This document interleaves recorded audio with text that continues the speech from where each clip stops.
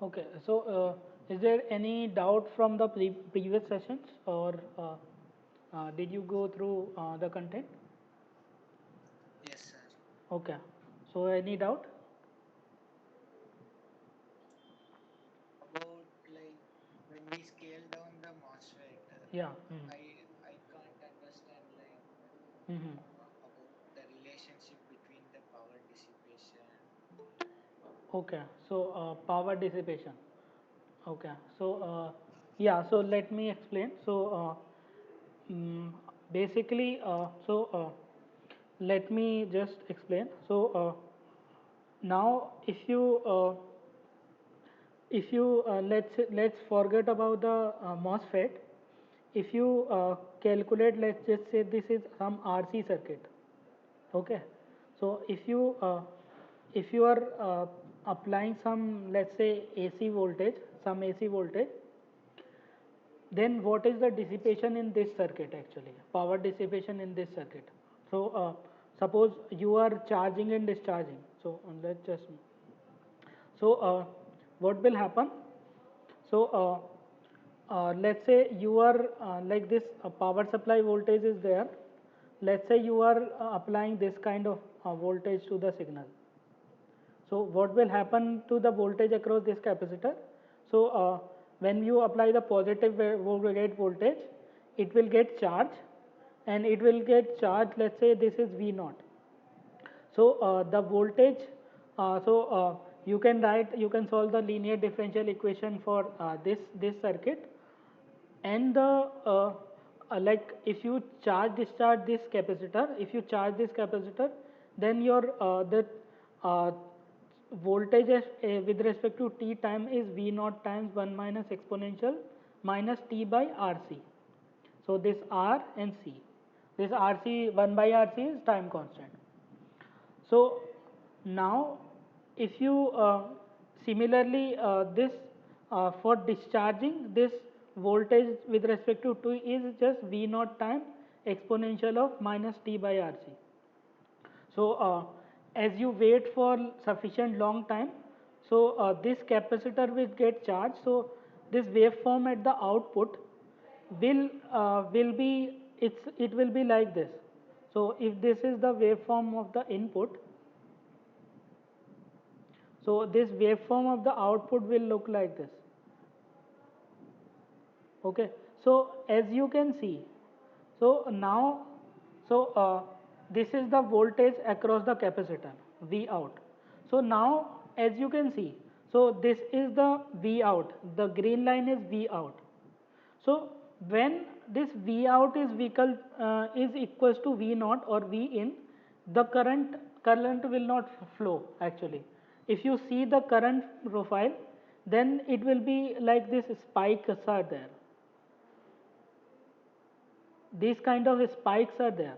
So basically power dissipation in any circuit is basically multiply of, so power, if you calculate average power, then you integrate over one cycle, then you multiply Vt multiply by It and dt. If you integrate this thing, then you will observe this power dissipation is comes out to be this C times VDD, V naught we apply square times F naught.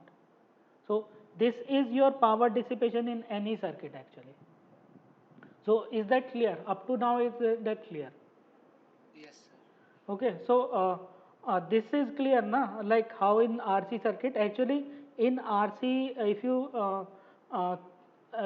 if you uh, if you measure this step response, then not all the time current is not flow. When there is a switching, then only the current will flow. Okay, so I am talking about this pulse signal. If you apply this pulse waveform here, then your waveform at here, it will be like this. For some time it will be constant, then it will decrease. So only this time instant and this time instant, the energy is dissipated, or uh, energy is uh, uh, energy or power dissipation is there. Other time power dissipation, that obviously it's for like very ideal case. in some non-ideal case, even here also some power dissipation is there, that we have seen last.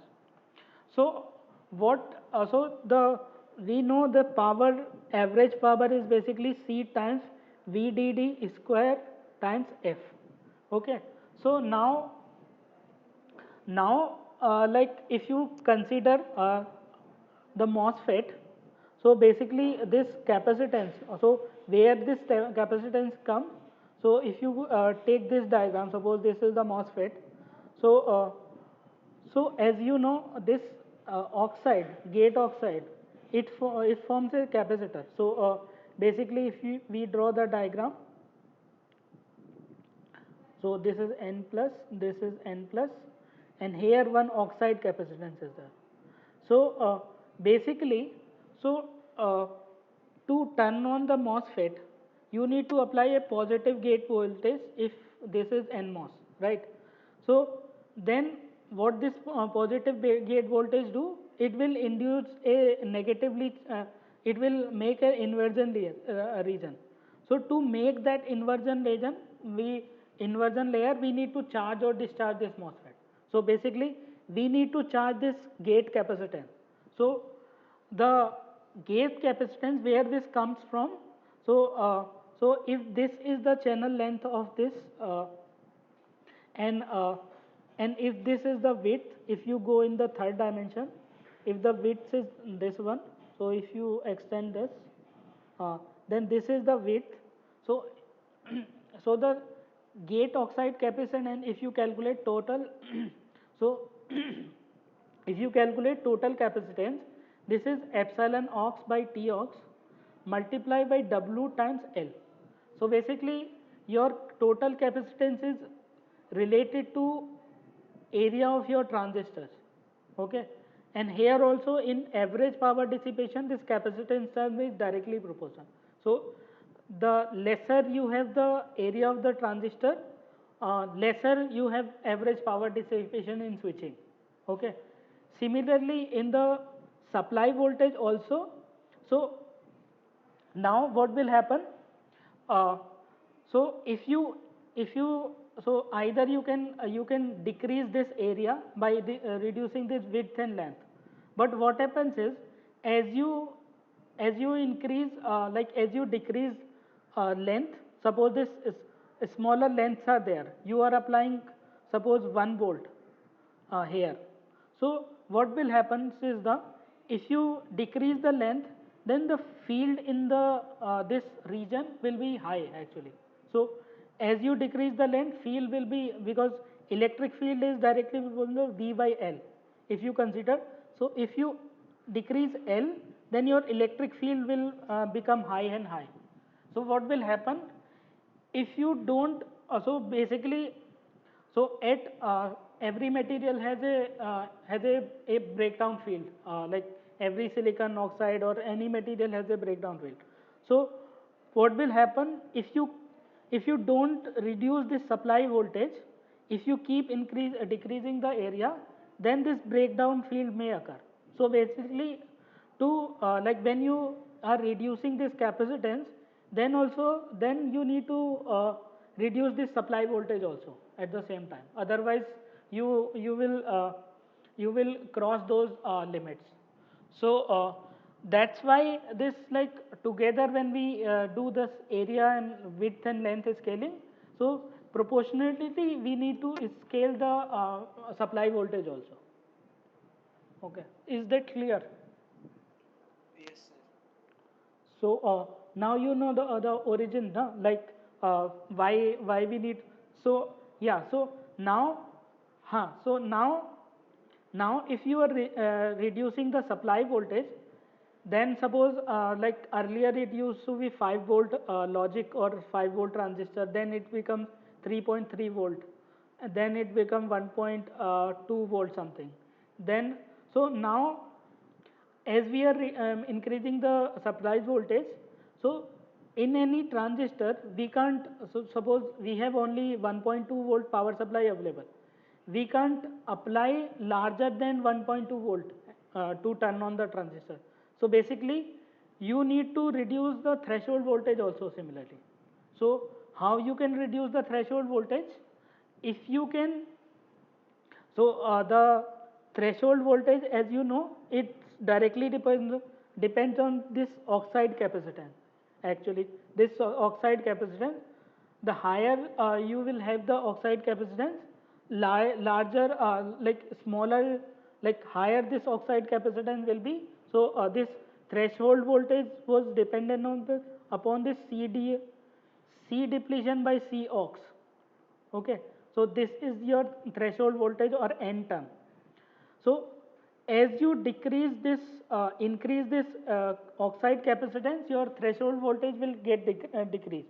So basically you can decrease the threshold voltage by increasing by decreasing this oxide thickness. So basically at the same time you need to scale this oxide thickness also.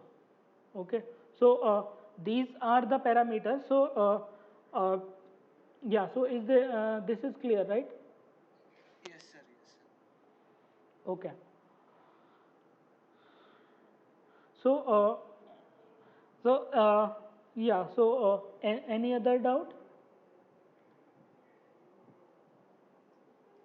Sir, also about like when we reduce the threshold voltage, हाँ हाँ why the ratio of the ion to I of is reduced? Like that concept is quite confusing. ratio of ion to I of uh, okay, so you are saying when we are reducing okay, so when we are like when we are scaling y ion by I of is reducing. Okay, let me so uh, so okay, so let's so you understand little bit about the band diagram now. So yeah, so let's just draw a band diagram across this channel. Okay, so across uh, uh, this line, let's just draw a band diagram. So across this line, you are seeing the MOSFET as uh, n plus p, right? So now if we draw the band diagram or in the so let's say we are in the equilibrium region only, then we will draw the Fermi level, and the n plus region we will draw the conduction band closer to this, and in the this n plus region we will draw Fermi level conduction band closer to this, and in the p region we will draw valence band closer to this. So if we join this line, here with one junction will form, here one junction will form. So what was happening now? So the problem is like when you scale down this L, so channel length, what will happen? Like earlier technology, so this source side depletion region and drain side depletion, they were far away. So this as you increase, so as you like as you keep source and drain far away, then this barrier height is independent of your channel length actually. Okay, so that was like the barrier height was twice kt by q ln na nd by ni square. So that is your barrier height, right? Now this is 2 psi f. So basically you need to invert this much to create the inversion region. Now what happens is as you scale down this channel length, so what will happen? This depletion of this both sides source and drain side depletion, they start interacting basically. So now as you bring this side closer and closer, the how the band diagram looks like. So now you will have this basically this will form like this. As you increase more less channel length, if you decrease more less channel length, then this barrier between source and substrate will keep reducing. So in a PN junction, if you reduce the barrier, what will happen? Your leakage current will increase more number of electrons from source side can jump this barrier actually. So this thermionic barrier, if this reduce, uh, then more number of electrons, even if you did not apply the gate voltage, then this number of electron can overcome this barrier, larger number of electron compared to previous one. Then your gate leakage current will increase, or your off current will increase. So what will happen? Your ion is same. Suppose ion you keep the same, your I of current will keep on increasing actually. So this will, so the I off by ion ratio will keep decreasing actually. Is that clear? So this phenomena is known as drain induced DIBL. Drain induced drain induced barrier lowering. So now this so the problem is, and this will lead to lot of other effect also. Your threshold voltage get impacted, and other impact effect will, like your like MOSFET will start turning on like earlier than your normal MOSFET. So is that clear? Yes, sir. So basically, this is one of the uh, challenges challenges people realize. So earlier, up to some 90 nanometer or some technologies, people were happy, like just every 2 year you keep decreasing the channel length. You just improve the lithography, you can decrease the channel length, everything was fine. But when the channel length will become around 30 nanometers, around, or around 90 nanometer channel length, this effect started coming out in the picture. So this drain induced barrier lowering was like quite prominent, and this will lead to off state leakage current basically. So that is, your standby power will get increased very easily. Like if you this off state leakage is there, then your this is the switching power that is needed anyway, but your standby power also get reduced, get increased actually. Yes, sir. Okay, is that clear? Na? Any other confusion, anything? Not, no, sir. Okay, fine. Okay, so I think let's just solve some problem. Yeah. Okay. So let's just prompt some. So the law which qualitatively captures the doubling of transistors every 2 years on a chip. So basically, in 90s, 1960s or 70s around, this Gordon Murray, and he was initially a co-founder of Intel. Earlier, he was in this Fairchild Semiconductor. So one of the so he gave a prediction like that. It's not, that time it was not have much values. He just gave a prediction that every 2 years, the the for every 2 year, the uh, number of number of transistors in a chip will get double, 2 times, and the power will get half. And the transistor density will double in each 2 years, and this trend was like quite, like very evidently followed by up to 28 or 22 nanometer. But nowadays this trend in exact sense is not followed, like the growth rate is not that much, as every 2 year it's like power is not reducing half. So and even the transistor density is not going up.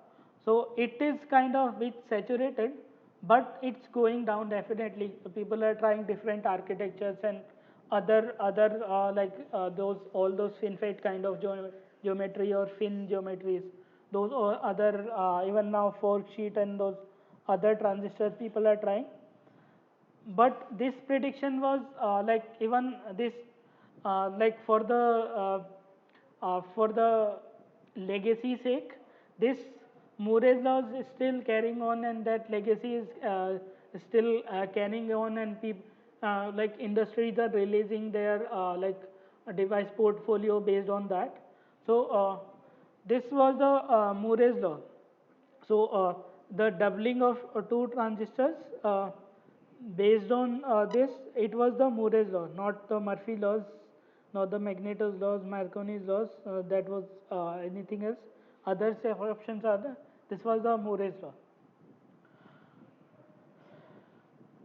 Okay. So yeah, is there any doubt? No, sir. Okay, fine. Okay, yeah. So let's just move to next problem. According to the MOSFET scaling proposed by Dinard, so Dinard scaling was so whatever you see like if you so Dinard scaling was like uh, this thing like you just keep reducing the area, you will get the benefit of the so this your current is basically is the factor of mu n, cox is basically epsilon ox by T ox, W by L, okay, uh, VGS minus VT, let's, so this is it. So, so if you reduce W and L in the same ratio, so uh, if you in reduce W by alpha times W, W1, let's say initially it was W1, and L also equals to alpha times L1. So initially if the ratio, so if you reduce both the dimension, then your W by L ratio is always W by W1 by L1. So basically what happens is if you shrink down both the width and length of the transistor, then your the total ion current. So if you keeping this uh, S so so someone yeah, so someone asked technology note 180 nanometer to 90 nanometer, how to calculate the scaling factor alpha. Okay, so basically if you consider uh, yeah, so if you consider this like uh, if you consider this 180 nanometer as the length of the gate, and this 90 nanometer as the length of the gate, then 180 to 90 nanometer, how much length you have shrunk down, so that is your alpha, right?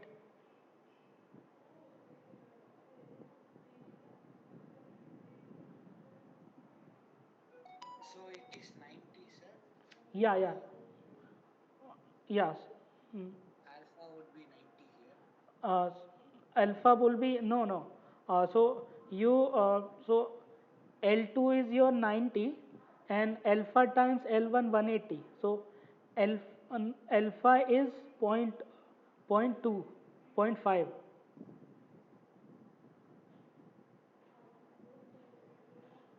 point 5, right? Yeah.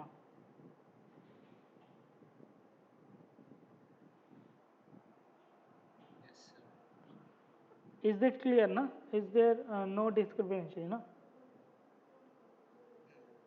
Yeah, so basically earlier your length was 180, later it will become 90. So if you calculate this 90 equals to alpha times 180, then alpha will become 90 by 180, then it will become 90 by 180 is zero point 0.5. So your alpha is zero point 0.5. So it is this is half technology node. So the trend is followed like this. So so the like the every 2 year, so like let's just say every 2 years, so this 180 nanometers, 90 nanometers, then this 45 nanometers, then there is a concept of half node is also there. So basically half of this, so this 135 nanometer in between, so here also it's 65 nanometer. So this thing between 118 and 135, 2 year gap is there. So basically if you so this 180 to 90 is basically half node. So basically your dimension, channel length dimension become half. So your L will become L by 2, W will become W by 2, but your total area will become 1 by 4. So basically in this 4 year, the power density of the transistor will become 1 by 4, but the trend is followed every 2 year density has become half. So that's why this half node concept is there. So this so each year this node is basically bringing down the number of the transistor density as as as 1 by 2 factor, not 1 by 4 factor. So every 4 year this 1 by 4 factors is there actually. So this is even quite prominent nowadays. So if you calculate this half node, then 45 is your this 65 is uh, your 32, and 45 is your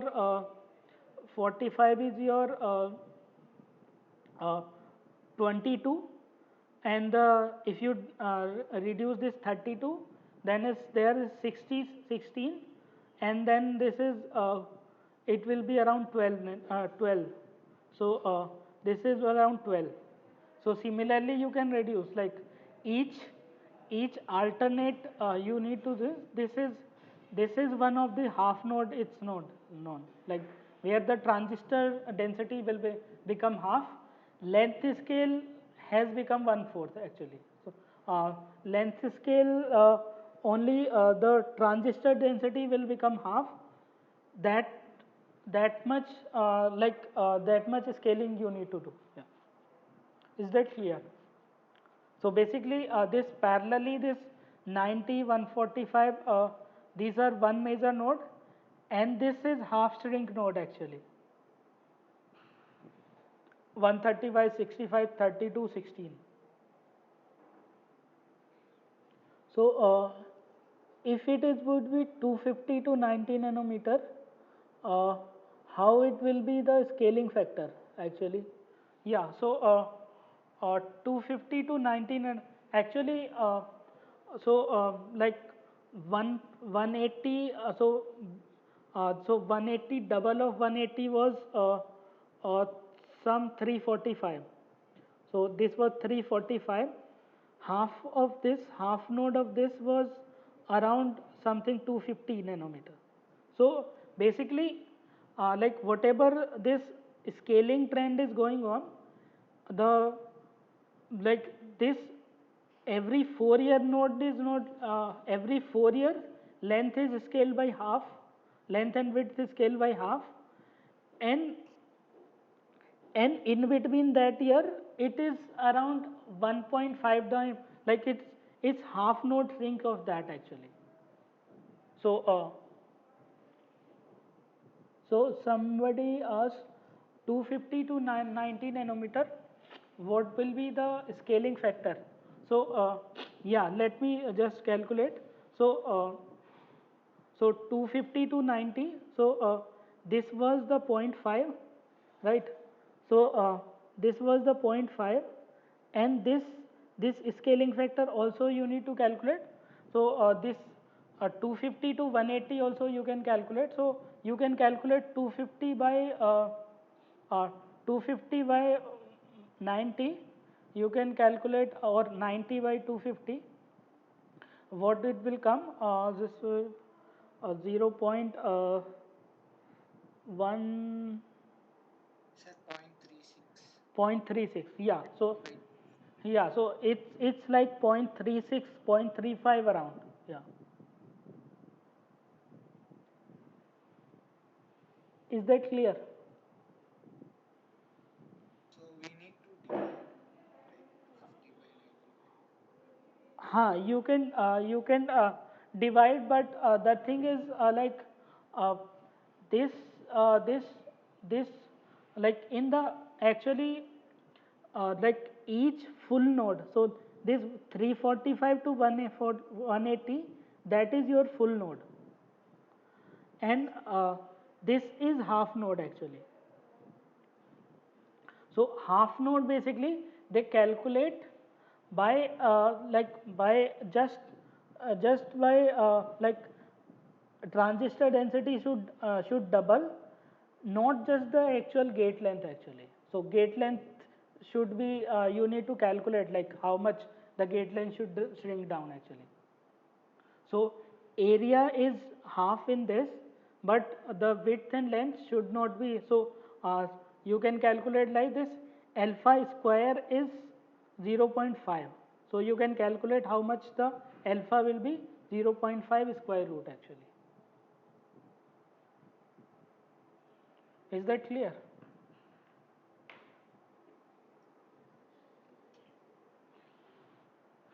Okay. So yeah.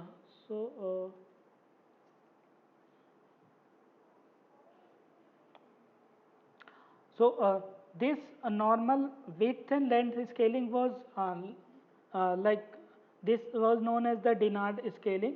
So basically, if you are continuously reducing this width and length without thinking about any other parameters, so it was continued up to 90 nanometer very beautifully. But after that, this all the short channel effect, this drain induced barrier lowering, gate induced drain leakage, and those other higher order effects started coming out in picture uh, because of those things. Yeah. So this by the normal Dinard scaling. Uh, so this problem was, according to the MOSFET scaling proposed by the Dinard, choose the correct option with regard to the scaling of MOSFET parameters. For a scaling factor of alpha, the vertical and lateral dimension scales there. So uh, vertical dimension is uh, so if you consider this vertical dimension as the width of the MOSFET, lateral dimension of the length of the MOSFET, then your like to keep the this current as a constant, you need to, if you are reducing the L to alpha L, then you need to reduce this vertical dimension also to alpha time V. So the correct option will be V to alpha B reduction and L to alpha L reduction. Is that fine? Yes. Okay. So the correct option will be this one.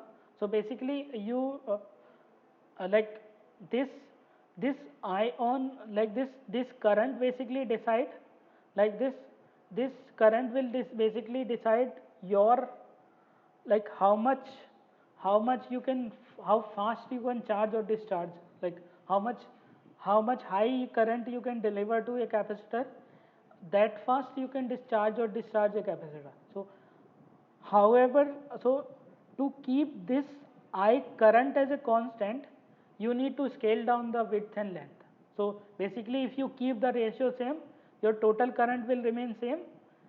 At the same time, your capacitance, like you need to charge lower capacitance, then your like speed will also get increased actually. Okay. So with that, let's move to next problem. For a scaling factor of alpha, the total gate capacitance is scaled as. So, the total gate capacitance. So Cg is basically epsilon aux by T aux W times L. So this epsilon aux by T aux, this is the capacitance per unit area. So this is the units are farad per centimeter square or farad per micron square, whatever unit you take. These units are per centimeter square. If you multiply by bit time length, the area of the transistor, then you will get the total capacitance. So, basically, so to carry on with the normal linear scaling, basically you need to bring down the channel length, you need to bring down the uh, channel width, you will bring down the gate like supply voltage, which in turn you should bring down the gate voltage. Okay, you need to reduce the gate voltage. How you can reduce the gate voltage? So basically, uh, so gate voltage is directly the gate voltage or VG, threshold voltage, is directly proportional to T aux, because this the in the threshold voltage term, this is 2 psi f plus Q depletion by C aux, and this C aux has 2 psi f plus T aux Q depletion by uh, uh, epsilon aux. Okay, so basically to uh, reduce uh, the threshold voltage, you need to bring down this oxide thickness also.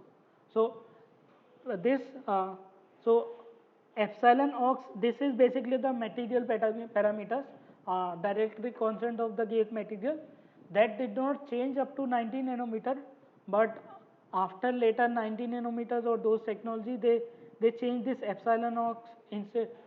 Instead of silicon dioxide, they started using this hafnium oxide. So this has the higher dielectric constant. Then this gate oxide capacitance get increased in the later stage, but initially it was the T oxide scaling actually. So the you can calculate the oxide scaling as, if you this epsilon aux remains same, uh, so epsilon aux remains same, so this has the scaling factor 1. T aux has the become, you need to this was the has the scaling factor alpha, this has the scaling factor, width has the scaling factor alpha, and the length has the scaling factor alpha. So this alpha alpha get cancelled, Cg will have the scaling factor as alpha. Okay, so the Cg, so Cg will increase basically. So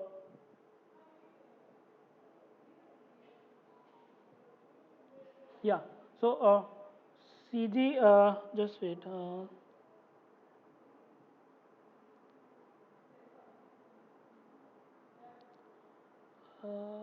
okay, Cg basically the gate capacitance here, this gate capacitance in farad. So this will have the scaling factor alpha actually. So yeah, so the it will the answer will be, yeah. So the answer will be correct. Cg will reduce to alpha times Cg actually. So the gate capacitance will reduce actually.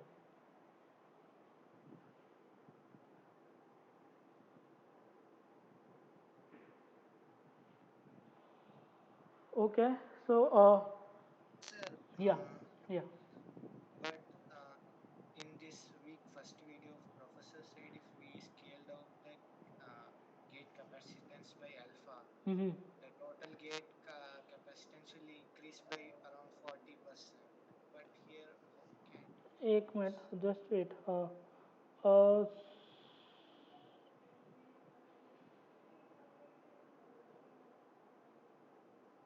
just wait. Oh.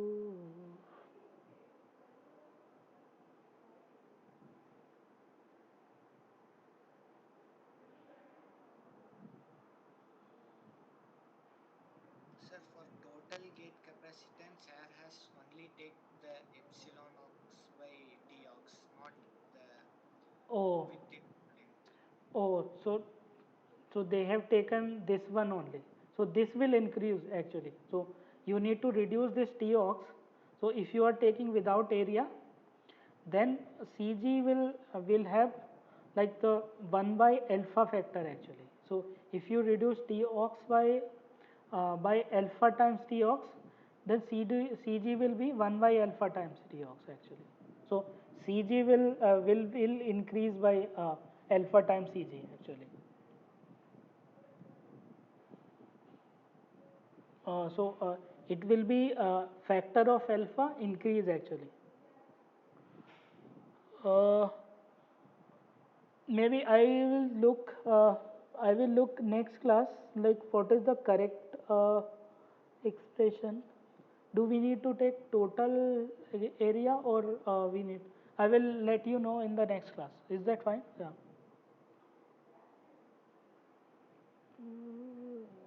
Okay.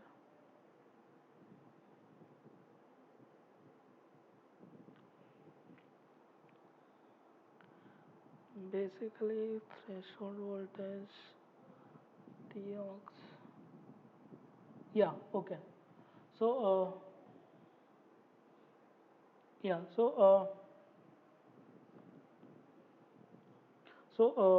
The so is there any question? Yeah. So this we will I will clarify in the next class. So yeah.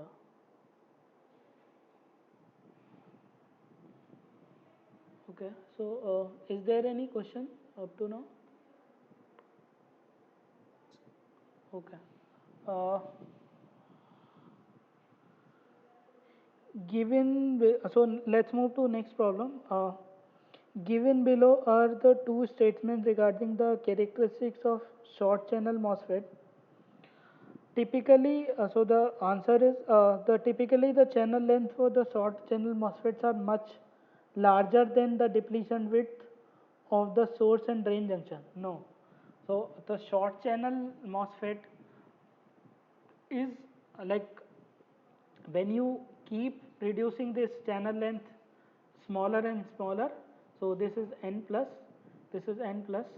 So if you keep reducing this channel length smaller and smaller, this channel length, so this if you don't change any doping and so this n plus p junction and this side p n plus junction, they have particular junction width actually. So as you keep reducing the channel length, this the channel if the channel length has become in the order of this depletion width, then you will have those short channel effect. But in the statement, but the channel length for short channel MOSFETs are much longer, larger than the depletion width of the source and drain junction. For this is for long channel MOSFET actually. The depletion widths and depletion widths are much smaller compared to the channel length. Uh, but in case of short channel MOSFET, uh, the channel length is in approximately in the order of depletion width actually. So this statement is wrong. The current in the short channel MOSFET shows significant deviation from square law theory actually.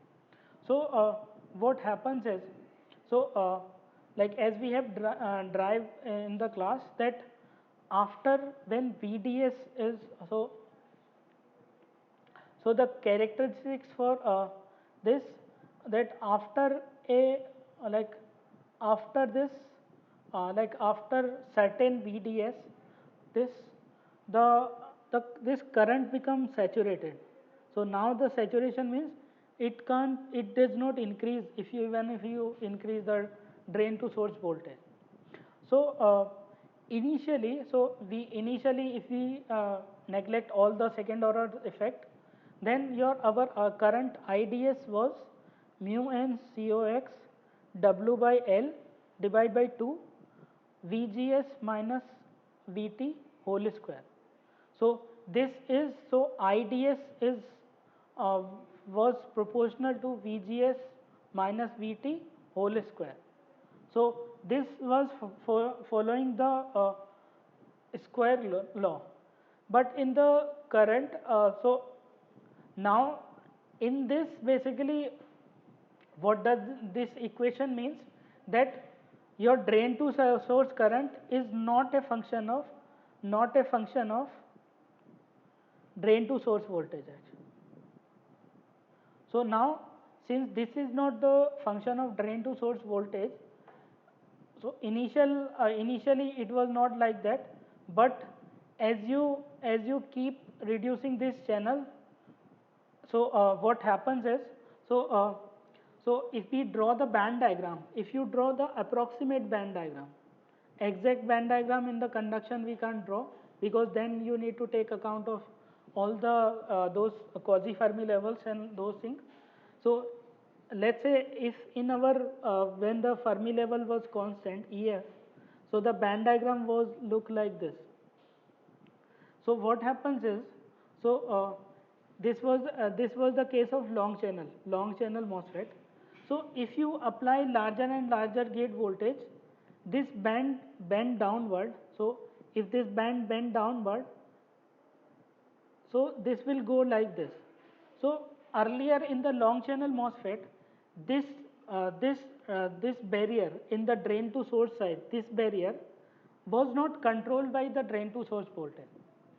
But in the short channel MOSFET, this source side depletion and drain side depletion and source side depletion have become much closer. So basically now the bands form like this. Now if you apply larger and larger drain voltage, this source size barrier will keep reducing as you apply higher drain bias actually. So this basically now what is happening like, so uh, to turn off this transistor, this barrier should exist, but you see, so this barrier can be reduced, either you apply the gate voltage, but here what is happening, even when the gate voltage is not applied, Vg equals to 0, when you increase the drain to source voltage, this barrier is getting reduced actually.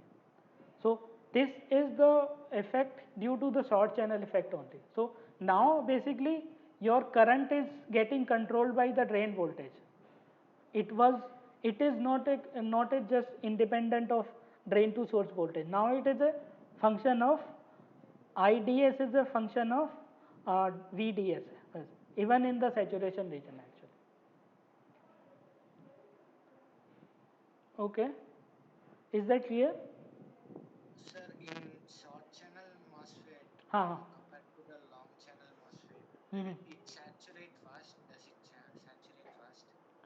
Like Uh, immediate cut, right? Well, which one will saturate fast, like short channel or long channel? saturate, so one more effect is there. So in the short channel effect, what happens is, so this what is happening is, so now like if you keep reducing the channel length, this is n plus, so what happens is now this depletion region actually, so what happens is the this channel length modulation occur. So as you keep increasing the drain voltage at fixed gate voltage, this channel length modulation will occur. So what will happen is the, as you apply the higher and higher drain source voltage, what will happen is, here this complete depletion is there. So here the inversion charge is there. So this is inverted channel. Here the inversion is lost, because now you are applying the gate. So basically as we discussed in the earlier class, this you can consider as a distributed resistors. Here the voltage is higher, so here the gate to drain voltage is lower compared to the, so here the depletion will be more. So what will happen, across this there will be huge field will be there. Okay, so when there is a large field exists, The velocity saturation is directly dependent on your electric field. So if you apply higher and higher field, now as you are increasing more more short channel effects are prominent, this channel length modulation will occur very this will be the very deep channel length modulation will be there. So this velocity saturation will occur early actually. So because of this actually this without the saturation the characteristic go like this, but with the saturation the velocity gets saturated, the transistor will all behave like this only, the current will be this. Is that clear? Yes, sir. But in that green color graph, you have written Ha ha right two lines that represent short channel MOSFET, right? ha ha hmm. But what if there is a long channel MOSFET? So can you compare the saturation regions in this graph if you Okay. draw the long channel? So what happens is na, in like same width length, like in the long channel effect, suppose this is your saturation current. This is decided your this squarelar relationship. But in short channel effect, uh, this drain induced barrier loading or this channel length modulation is there. So this slope comes because this slopes comes because of the channel length modulation. So if the channel length modulation occurring, then this slope will come. But very short channel MOSFET, what is happening? This velocity gets saturated very early actually. So now this will become flat. So basically what is happening is, so earlier this so this electron mobility was as a function of your electron velocity. So effective velocity basically VE. So earlier this VE was not a function of electric field. Okay, this was constant. Mobility was constant. Now what happens is, as you increase larger and larger, this mobility saturation will occur. So this mobility will get reduced actually. Okay, so now uh, if you apply higher drain voltage, then the current should increase because of the this drain to source applied voltage or channel length modulation. So if you if let me draw this write this equation clearly. So if ITS is there, then this is mu n COX W by L divide by 2 VGS minus VT whole square. If you take this 1 plus lambda times VDS, this channel length modulation parameters. So basically what is happening is, this this drain to source voltage, because of this drain to source voltage your current is getting increased, but since your electric field is getting increased, this mobility is getting reduced. So basically your current will become saturated actually. So that is the velocity saturation effect. So instead of increasing the current like this, your velocity gets saturated early actually. So it gets saturated early because of the Ha, velocity. it's because of the velocity saturation actually. So otherwise this should increase, but otherwise it should be like this. But because of the velocity saturation, it again become flatter actually. Yes, sir. Is that fine? Yeah.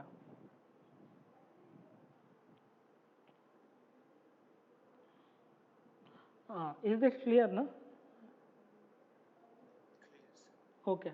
So the current in the short channel MOSFET, so the correct option for this will be is statement S1 is false, S2 is true. Okay, so let's just move to next problem. Given below are two statements regarding the current in the short channel MOSFET. The current for the short channel, yeah, current for the short channel MOSFET saturate at larger VDS compared to the long channel MOSFET. Short channel MOSFET reaches the critical field at smaller applied by leading to the well. So whatever we have discussed, that is this question only. So the current for short channel MOSFET saturate at a smaller VDS actually. So compared to the long channel MOSFET, so the first statement is false. So basically, what happens is the now now this current does not this current does not just get saturated because of this square law, because this mobility degradation start at high field actually. Because now if you reduce the channel length, suppose 30 or 50 nanometers, so if you calculate, suppose 1 volt if you apply 30 nanometer across, then you can see like how much field it is actually. So if you calculate 1 by, so you can calculate electric field like V by D if you calculate simply, then your field will be 1 volt by 30 nanometer. So if you, that will be 1 volt by 30 into 10 power minus 7 centimeter. So it will be equals to 1 by 3 into 10 power 6 per centimeter. So this will become 300 kilovolt per centimeter actually. So this much high field actually exists in the MOSFET. So this is clear now. The statement 1 is false, statement 2 is true, as we have discussed just now actually.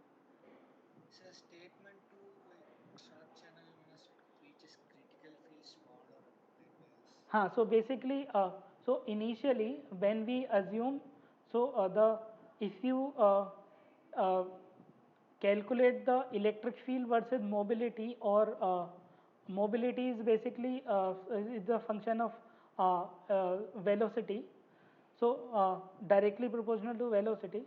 Now for smaller field this is constant actually. For larger field this will start decreasing actually, and larger field this is square dominance kind of thing. So this this is known as the critical field. So this, once this critical field is reached, uh, the short once this critical field reach, then your mobility will start reducing and your current will start getting saturated. So this, the in the, as you decrease the channel length, this critical field will become like this field, suppose this is some 1000 kilovolt per centimeter. Then for smaller channel length, this field will get earlier actually with very small. So suppose uh, let's say 1000 kilovolt you want, then for uh, 1 nanometer, suppose this 30 nanometer length scale, no? If you reduce the channel length, then this field will become larger actually. Field is just inversely proportional to the channel length actually. So when your channel length is quite low, your electric field will be larger, and you may overcome this critical field very early, even at very smaller voltage. Is that clear? Yes, sir. Yes, sir.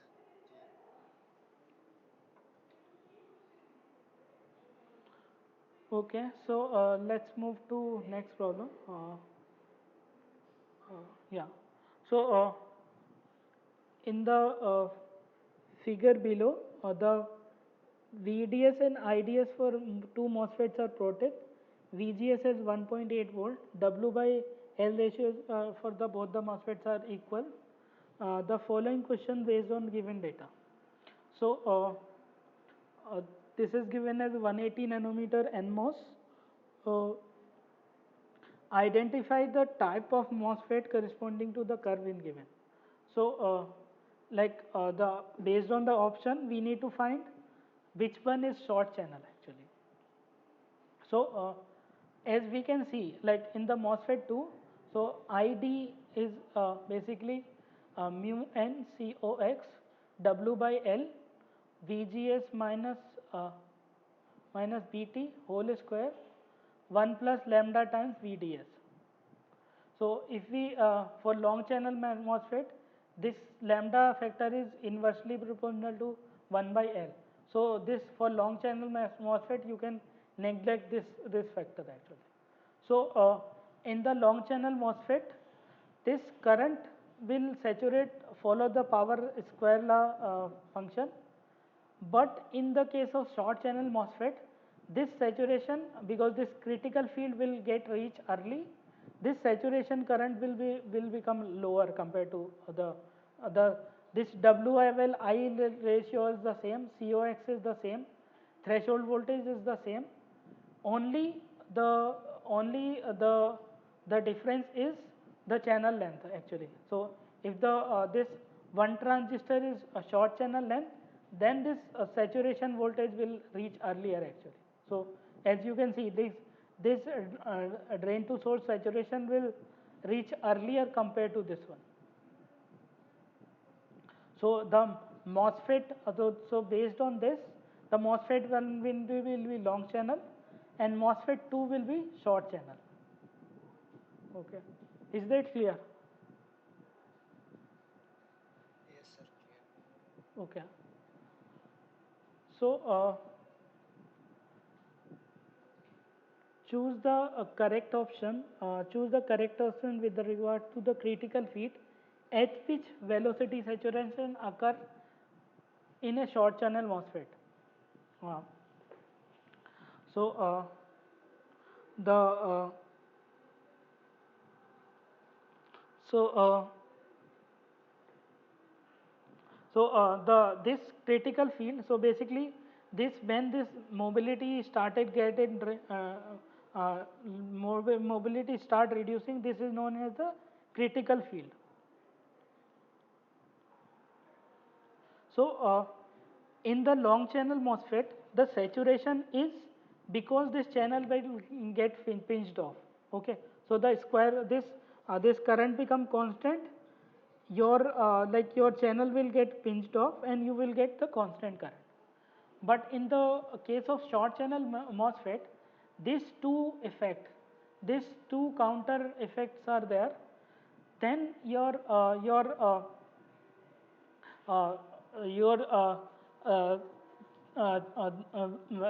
your current gets saturated. So in case of this, so this as you can see in the short channel MOSFET, the velocity will start getting reduced only if the field is larger than the critical field. So in short channel MOSFET, the field is larger than the critical field. So the electric field across the channel of MOSFET 2 is greater than the critical field, and in the channel 1 it's less than the critical field. Okay, is that clear? I think it should be clear. Yes,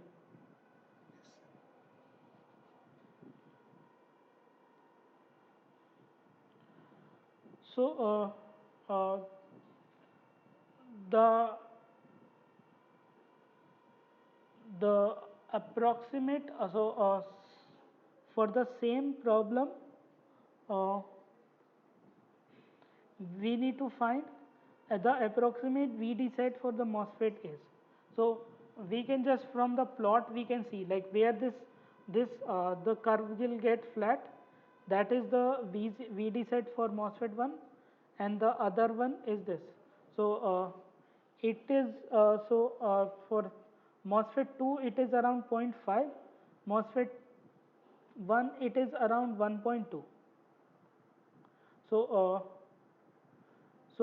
the MOSFET 1 it is around 1 volt, so 1.2 is not the option. So the around 1.2 the option is 1.0. So basically MOSFET 1 is the 1.0 and MOSFET 2 is near that zero point 0.4. Okay, so this you can like calculate that this is near to the zero point 0.4, this is near to the around 1 volt. So the correct answer is this one. Other option you can just eliminate. MOSFET 1 VD set is larger. MOSFET 2 VD set is higher compared to this. As you can see, just you need to look at the plot, then you can get like where this saturation like where this channel pinch off will get started. That is your saturation point actually. This is quite clear, right? Yes, sir. Okay, so let's move to next problem. Mm, In a short channel MOSFET, as the VDS is increased, the effective channel length and the this is given as the short channel MOSFET, effective channel length L effective reduce and total drain current reduce. Uh, so the so this because of this channel length modulation, so basically what happens is if you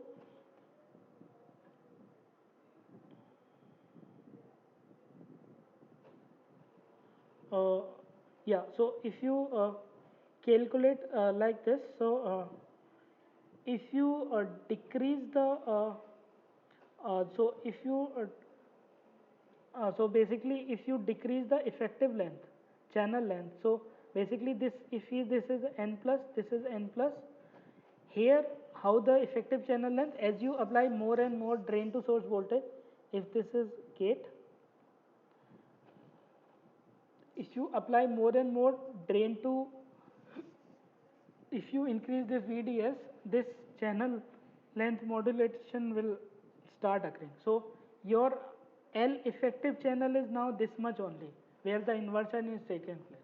So this L effective is getting decreased, but what happened with the this L effective? So now your current, basically the current will total drain current.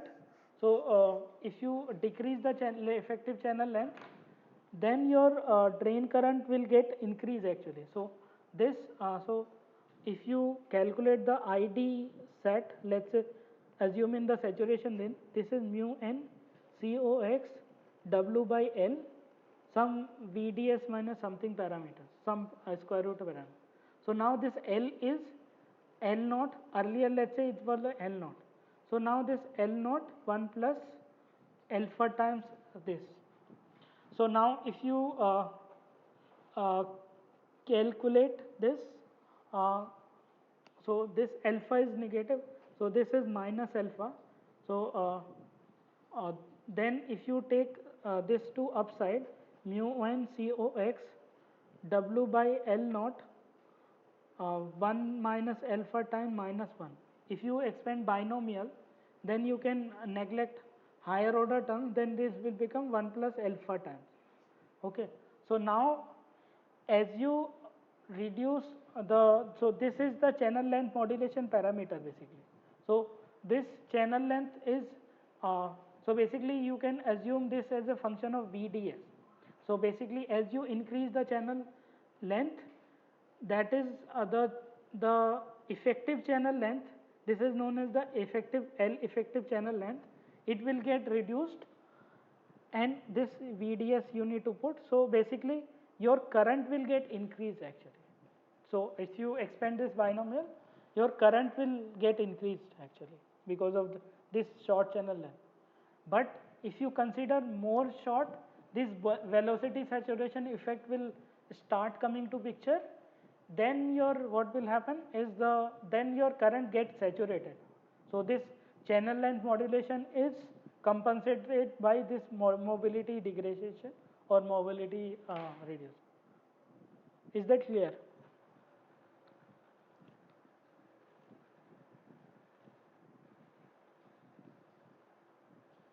Yes, sir.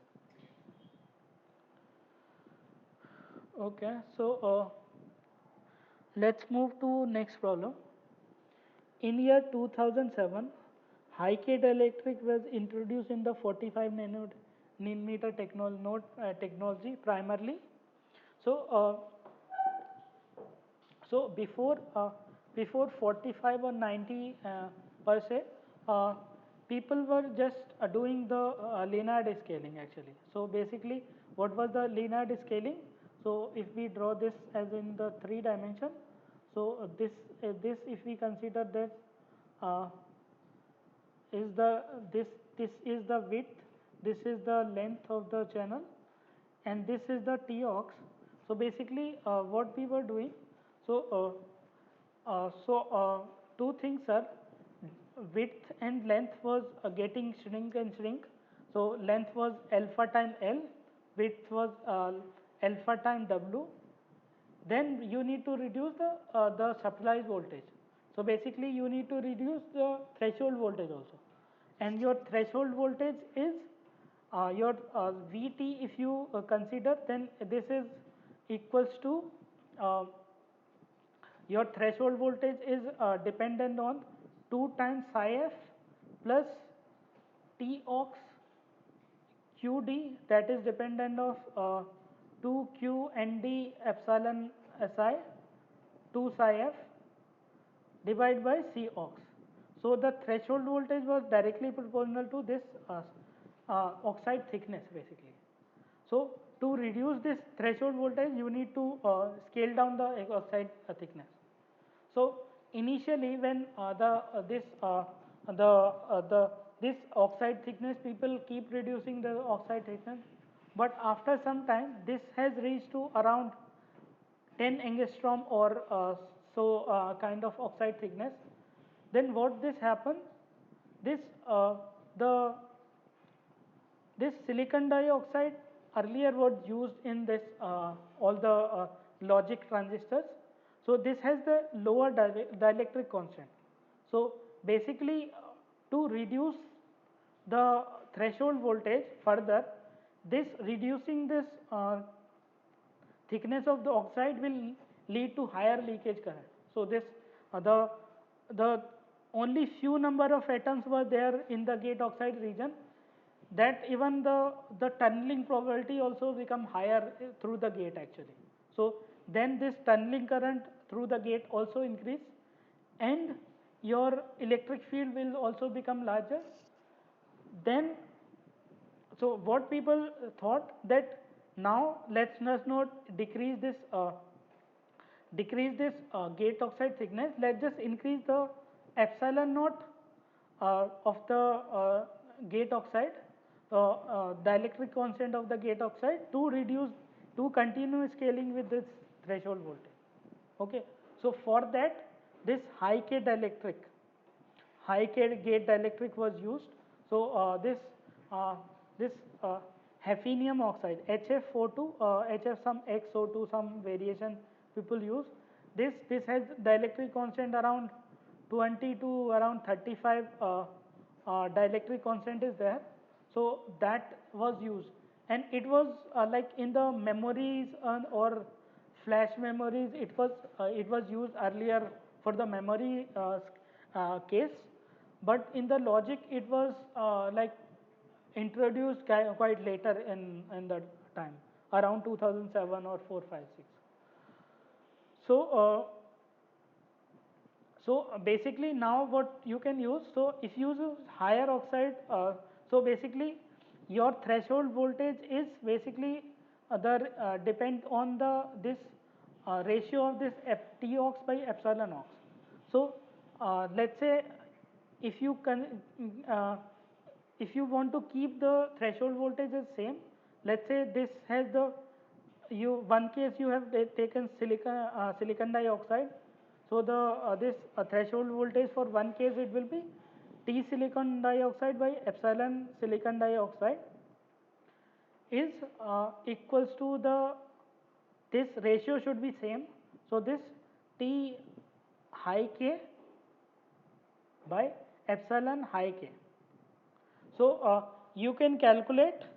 So by this epsilon, uh, so uh, so you can calculate this. So T of high K,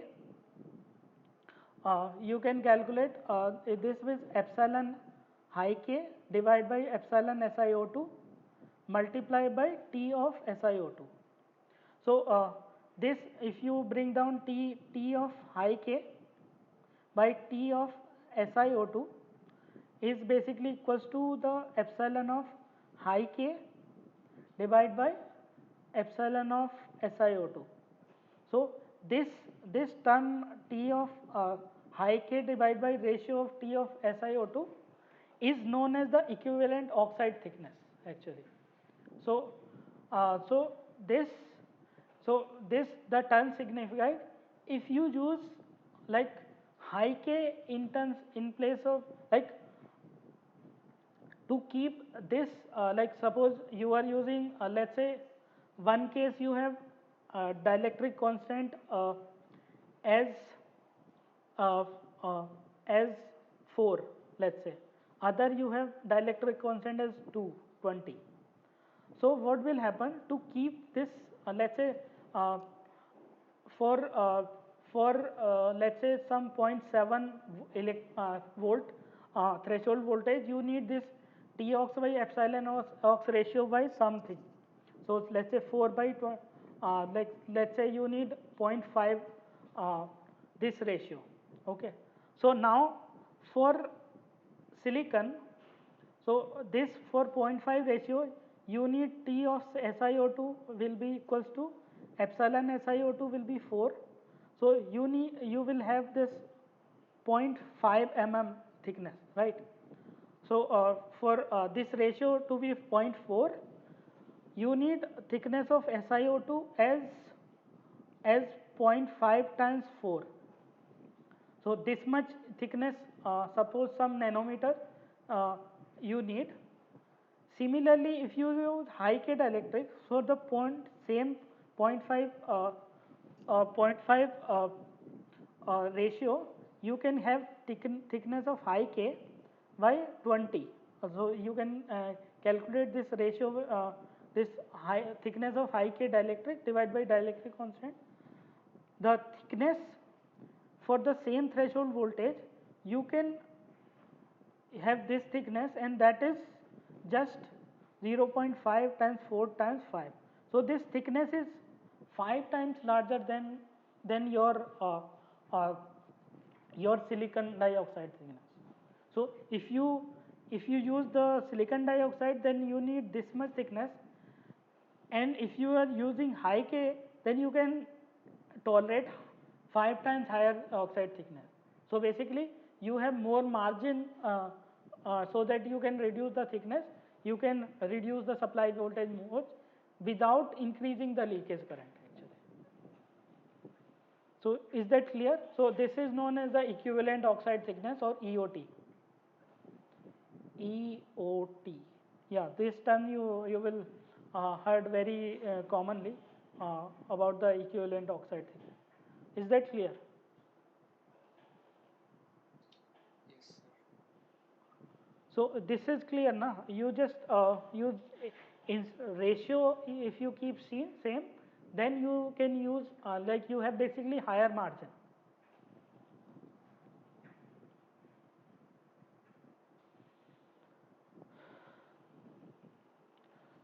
So let's move to next problem. Mm. The reason for introduction of tri-gate transistors or FinFET in 2011 was uh, so the reason for so basically what happens is so now so basically so as you shrink down the channel length dimension, what is happen what has happened uh, so initially the transistors was like planar kind of thing.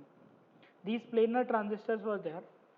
So what has happened, so as you shrink down this channel length, this drain depletion region will become in the order of the channel length. So now this both drain and source depletion will get impacted. That is known as that we have seen as you reduce the channel length dimension, that this drain induced barrier loading is there.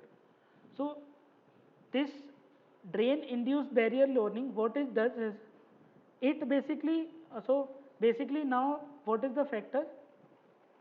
So your this side, the turn on characteristics are decided by this gate voltage. So what is the field introduced at the vertical, and your transport characteristics are decided by this this horizontal field. So in the short channel MOSFET, so earlier in the long channel MOSFET, this this horizontal field, the E horizontal was quite less compared to E vertical field. So basically you don't have any impact of the horizontal field. But as you start increasing the channel length dimension, start reducing the channel length, this field also will become higher and higher. So now this E horizontal will become in the order of E vertical actually. So what does happen? What does happen? So now the control of the gate over the channel has become poor and poor actually when you reduce the channel. So to increase the control of the gate, or to reduce the drain induced barrier loading, so what people tried, people use this kind of fin kind of geometry. People start using like this. This is silicon substrate. This is fin geometry, and then there is oxide which is conformal. So let's just write like, so this conformal oxide is there, that will wrap around this geometry. So this is the cross section. So now what has happened is, so now this field is there from both sides. From here the field is there. So now the this control field, if you see, it has become like from two side you are controlling the gate. So this field, the gate field, has become larger compared to the planar technology. So the uh, so the answer to this, uh, so so as you have more and more control, your source in this, the drain has lesser control, and your Dibble drain induced barrier lowering will be less, and you have more control. And since this current flows on the surface, so you have twice the current flowing area. So the current flow at this interface, so now you have two interface actually. So your current will also become twice actually. So this more current, so drive current will get increase, and since you have more control over the gate voltage, so leakage current is also get reduced. Okay, so yeah, so the correct option was to reduce the tunneling across the oxidation. No, this was not there. So anyway, the tunneling is a function of this oxide thickness, but we are not changing the thickness. We are introducing the more area of the transistor, so that the thing is, you are increasing the area, but the channel, like the MOSFET footprints are not increased. So in the planar technology, so when you scale, for scaling to reduce the power, you need to reduce the area. So but for more control over the gate, you need to increase the area. So these two effects were like counterintuitive, like these two if phenomena was a counter to each other. So what people tried, so instead of increasing the lateral dimension, they started this fin geometry in the third dimension actually. So this if you increase the fin height, then the area will get increased, this current area will get increased, but your device footprint will not get increased actually. So by keeping the device footprint at the same level, you are increasing the drive current and the gate area. So so the correct answer will be to achieve the more gate control over the inversion layer formula. This is the correct answer. To increase the critical field over which the velocity. So this like introducing this the this does not impact actually the this transport direction. The drain to source direction does not have any impact. So this is also wrong. To improve the drive current and reduce the leakage current. So this is the correct answer. To improve the tunneling across the junction for better channel control, that is not there. At least nowadays this tunneling like this drain induced barrier lowering is more dominant than this tunneling across this band to band tunneling across in the leakage current actually. So drain induced barrier loading is more dominant.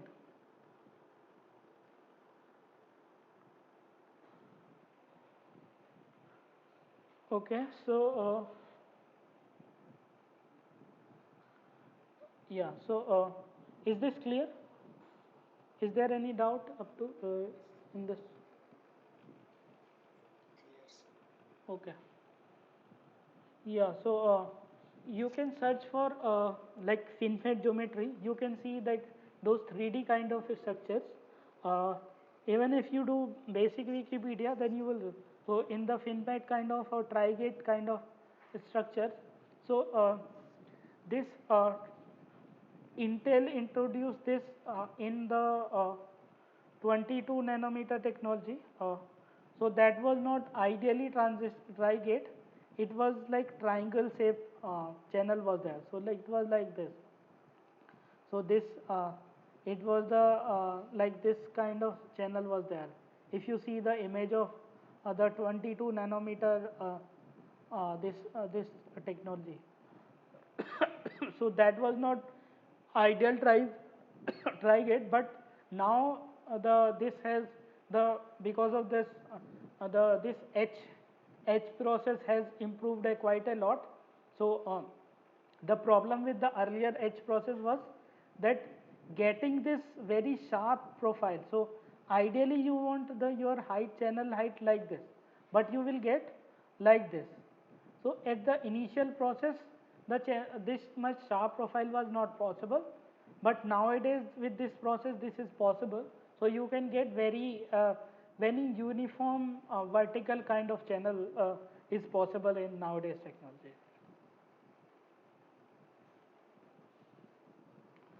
So let's move to next problem. Given below are the few statement regarding the FinFET technology. Choose the correct statement. A FinFET offer better static control over the gate than the planar MOSFET technology. So the planar MOSFETs are this one. So this one is the planar technology, and this was the tri-state, tri-gate, or FinFET technology. So yeah, so now Uh, so the FinFET offered better control, that is true. The FinFET has lower I on to I off ratio than planar MOSFET. So the I off current is basically decided by your so I off current is decided by how much is your source side barrier is there. So that is the your barrier is dependent on the doping concentration only. So the off current is dependent on the doping concentration. So yeah, so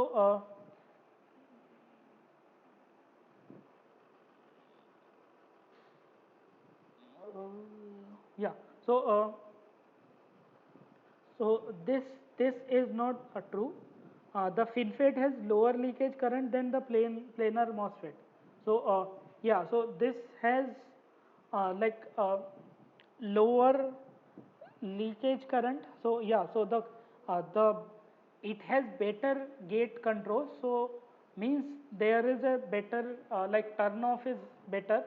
So so it has a lower ion by IOF, that is a false statement. FinFET has lower leakage current than the planar MOSFET. So basically, if you have better gate control, then you can turn off your transistor very easily or very efficiently. Then this is the correct option. C is the correct option. For a similar operating voltage, the planar MOSFETs offer much lower delays than the FinFET. No. Delays for FinFET was because it can provide higher drive current, higher lower leakage current. So in like this will have the lower delay. So this is also wrong option.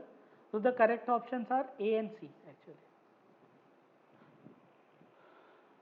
So yeah, this was the final problem. Is there any doubt related to the content we covered or the whatever the content covered in the class? You can ask. Sir, about Yeah. the first question, like, First question. oh, no, not that one. Uh-huh.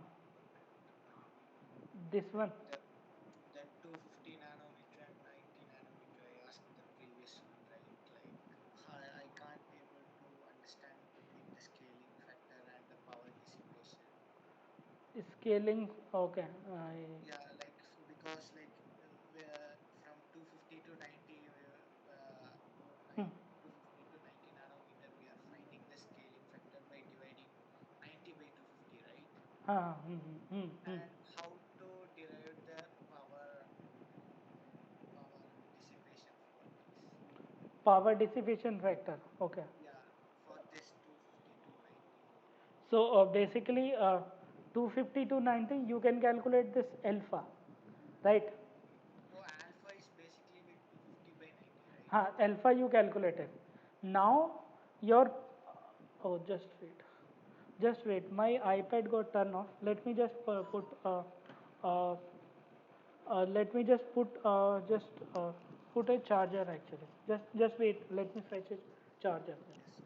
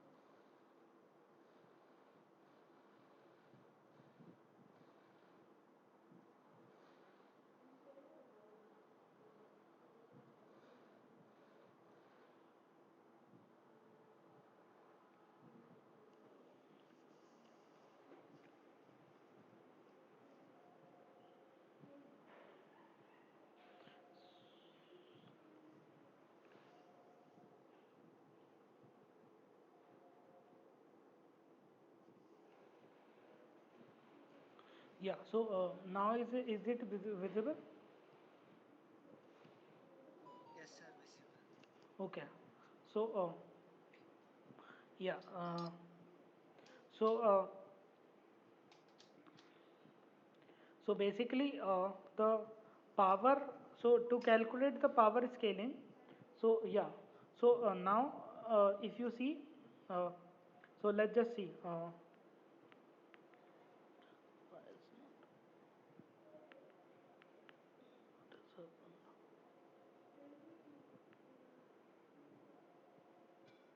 Huh. Now if you I don't know why this pen is not working. Yeah. So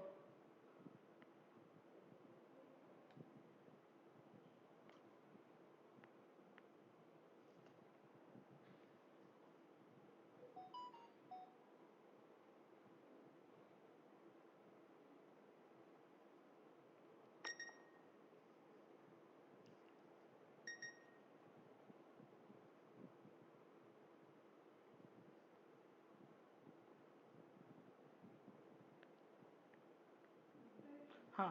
So now this power average power dissipation in switching is basically C VDD square uh, times times frequency FCVDD square, right? So let's say frequency scaling we are not doing. So what will happen? Then your C, if you take this those charging this gate capacitance, then that capacitance is basically equals to epsilon aux by T aux times W times L, right? Now now then this VDD. So now if you calculate this, so then the how the scaling factor is this. This is if you need to increase scale by alpha times. This is alpha times. This is alpha times. This is alpha times, right? So now VDD square is there. So now the your scaling in the uh, uh, just wait.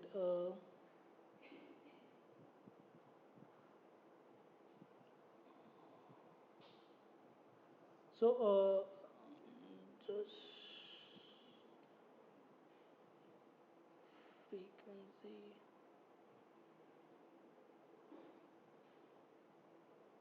Yeah.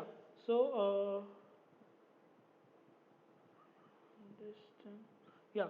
So now if you calculate this, the scaling is there epsilon ox. This is alpha here, alpha here, alpha here, alpha here, alpha here.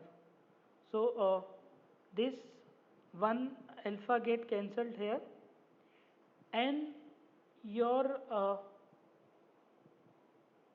so the scaling in the power will be alpha cube actually. So this I am exactly not sure. This will be alpha cube or alpha square. Uh, I need to see. Yeah. So this is how you calculate the scaling actually.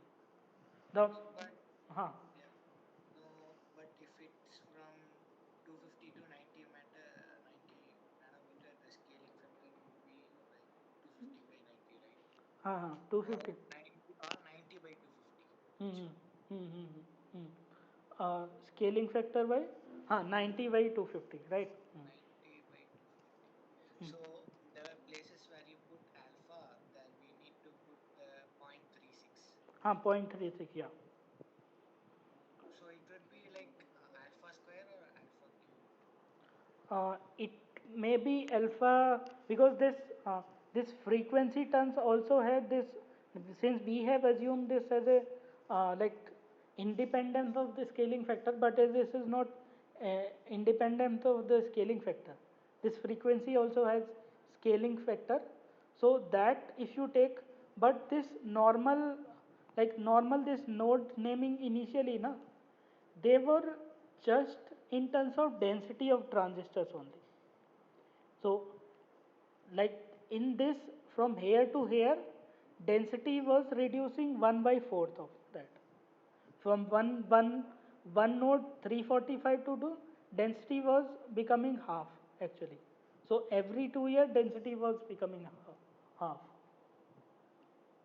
So from 180 to 90, how it is 1 by 4 or 1 by 2? 180 to 90 it was 1 by 4. Transistor density will be 1 by 4 because Okay. the But transistor density W and L terms will come in the multiplication actually. So but if it's from 180 to 135, it's 1 by 2. It's 1 by 2. So actually, so that is actually here. So what I understand like why this confusion is there. Here the density will become half, but the scaling factor will not be exactly 0.5. It will be something else like shrink down factor. That is that that shrink down factor in the length will be different actually. It will not be 0.5. Here it will be 0.5. So basically here the density is becoming half. So alpha square is half 0.5. So then it will be alpha will be around point something like it will be around point uh, point 2 something 0.27 or 0.28 something like this. So this will be the alpha will be this one, alpha won't be 4.5 actually.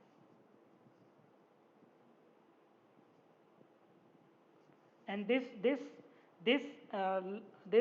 is well known term actually. This is known as the half node. This like 180 to 135 basically this is known as I told earlier, this is known as the half node. So this linear shrink for this now node, that is known as the half node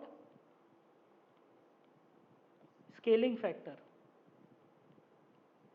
So what people does, people just scale their dimension just by that factor, and you will become like next direction. Your design will be okay. Is that correct? Is it clear? Anything? Yeah. And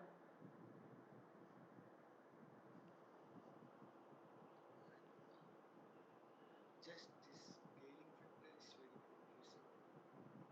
confusing. Okay. Just let me know like what now. What is the confusion?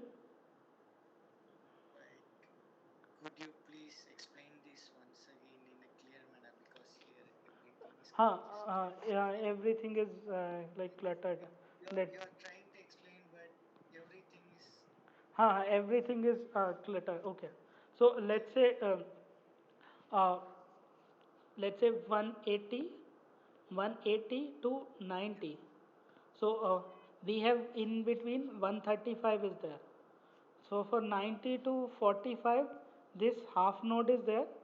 Then we have uh, one uh, 65 is there, right? So this is half of this between others.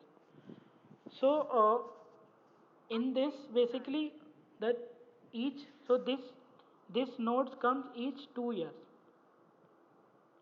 So the 2 years the density will become half. So density what does mean? Density is directly related to W times L. So basically your this is equals to the area. So if the linear scaling factor is alpha, then your area is scaling factor is alpha square, right?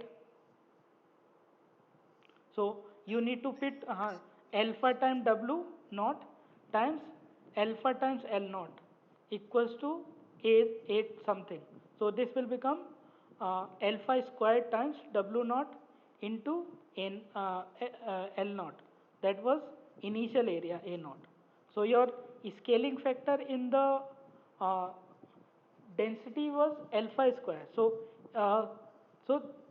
in the 2 technology node, this density is becoming 2 times, right? So the number of transistors were becoming the 2 times, so your the area per unit transistor will become half actually, right? So the this area will become half, so this area will be equals to a naught by 2. So this alpha naught, alpha square was half actually, right?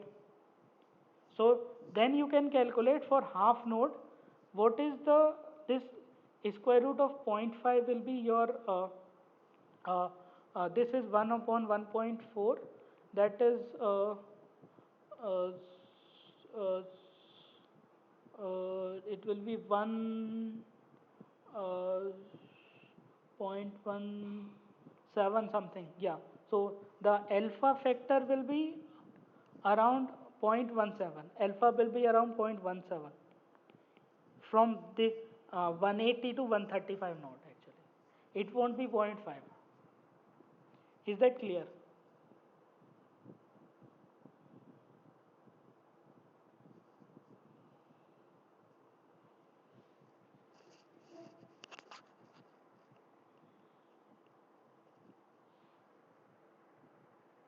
Sir, if it is from 180 to 90. If it is 180 to 90, so then let's just calculate. So here your like this is exact half node. This is full node basically. So what has happened? The density has become 1 by 4th. Right? So density has become 4 times. So this is from here to here, density has become again 2 times. So the total density has become 1 by 4. Total area will reduce by a factor of 1 by 4. So similarly, here the total area, so A naught will like final area will A naught by 4 equals to alpha square times A naught, right? A naught get cancelled, this is 4. So alpha square equals to 4, alpha equals to half. So here the this shrinking will be exact zero point 0.5. Here the shrinking will be exact for zero point 0.5. That is the naming convention actually. That is your like the dimension become the half actually. Okay, yeah, now it's clear, sir. Now it's clear, na? So here this linear, so this is the naming for linear scaling actually. So this is the naming for linear scaling. So actually, if you consider from 135 to 65, this is full node actually. So this every alternate Fourier this goes. 135 to 65 will be the scaling factor will be zero point 0.5 actually. For full node, it would be around 1. Full node it will be around zero point 0.5, yeah. Right, you got it, na? Like let me just wait. So yeah, even I can show you like Google. Uh, mm, let's just uh, full node.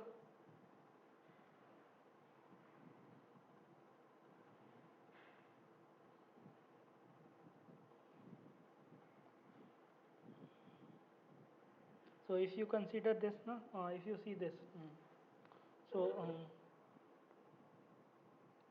so write this. So this you see like here the 180 to 90, the zero point 0.5 sinking is there, right? Yes, sir. Right? Yeah. So it is like that actually.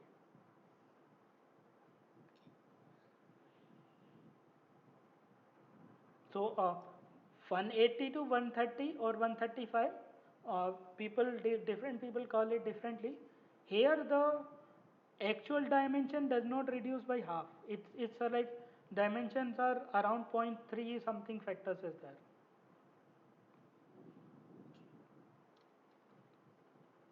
Now it is clear, right? So this if you do any wiki thing, you will find easily actually how this node factors are calculated. Yeah, Yeah, definitely, yeah, I understand. Like as we discussed about the power dissipation, like Huh. how would the gate capacitance, like per unit gate capacitance would change if it's from 180 to 90? Uh, Gate cap, how the gate, Per unit gate, per unit gate capacitance is epsilon by T ox. just T ox, right? Huh, so CG will get epsilon ox by T ox. So T ox also you will reduce by the your scaling factor. So it will be CG will be reduced by 1 by alpha times. So basically if your alpha is zero point 0.5, then it will become 2 times actually.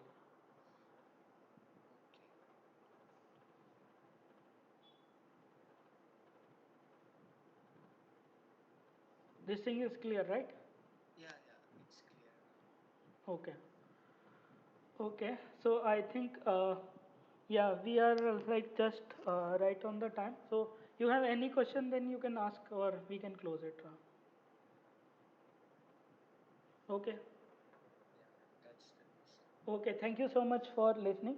We will meet next time, same time, same slot. Thank you. Bye bye. Have a nice time. Sir, We Yeah. before that, like last time you have uploaded the YouTube video on kids channel, right? Like YouTube Kids. Is it? Uh, Yeah, so like if you upload it in YouTube Kids mode, it would take longer time for processor. So last time I couldn't access your video on before oh, the distribution time. Okay, So if yeah. you upload it normally, it would process very fast, and I can even watch your video tomorrow. Okay, So okay, like yeah, that's why I was surprised. Like I was surprised, like it within, like I just uploaded that time only, but it was taking too much time for processing. I yeah, don't know. like I like see, if you upload it in kids mode, it would check various things and take okay, yeah, longer time to those process. other things it will check. Okay, I will upload in that other mode. Yeah. Yes. Sorry for that last thing. Yeah. Yeah. Okay, thank you so much. I will hear. Thank you, sir. Yeah. Bye. Have a nice time.